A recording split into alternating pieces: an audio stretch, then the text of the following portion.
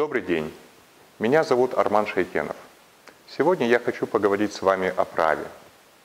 Причем я адресуюсь не только к студентам, которые изучают теорию государства и права, а ко всем, для кого право является важным. А в современном обществе нет ни одного человека, для которого право важным бы не являлось.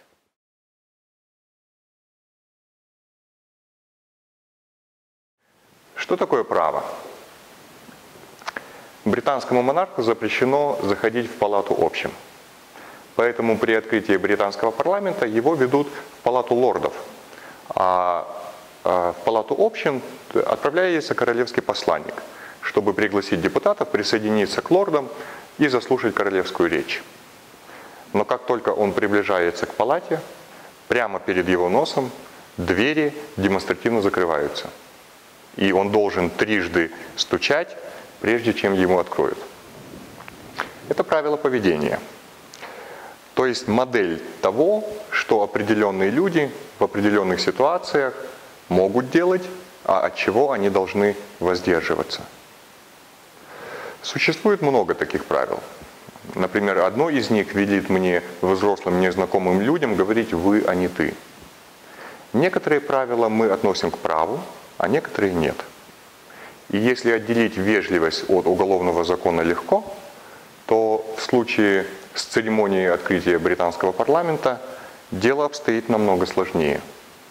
По праву или по обычаю депутаты совершают символическое действие, закрывая перед королевским посланником дверь.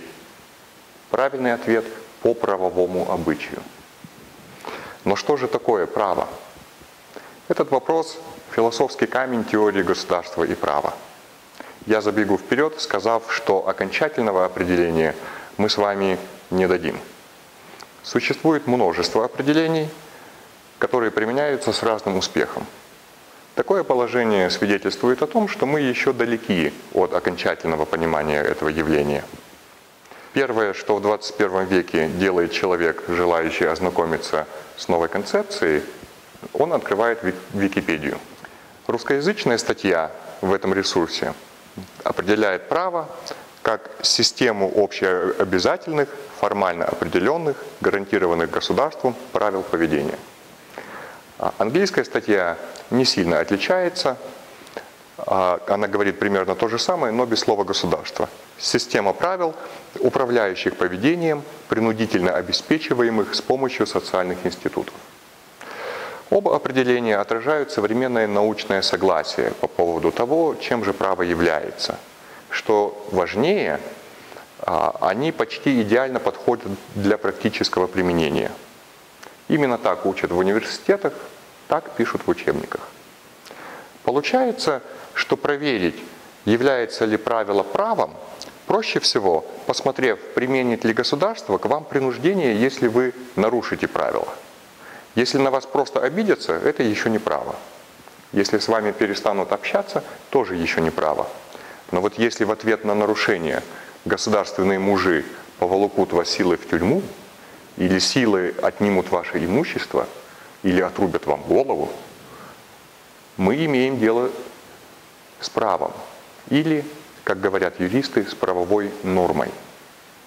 Такой подход прост и практичен, но не полон. И право как явление, конечно, намного сложнее и намного шире, чем просто властное веление государства.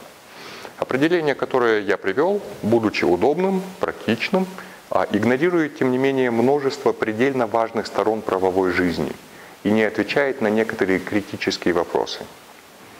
Любой ли закон следует считать правовым? Если нет, что делать при встрече с неправовым законом? Следует ли ему подчиняться? Если право исходит от власти и властью же поддерживается, откуда сама власть черпает легитимность? Или, может быть, любая власть легитимна автоматически? Это абсурдно. Любое ли поведение может и должно регулироваться правом? Например, может ли закон предписывать, какой рукой мне держать зубную щетку? И самый главный вопрос – какова цель права? Если во внимание принимать только определение права как веление власти, может сложиться впечатление, что у права нет цели. есть лишь каприз или произвол. Существуют ли другие определения права? Конечно. Мы не закончили эту проблему, и эта тема продолжится на следующей лекции.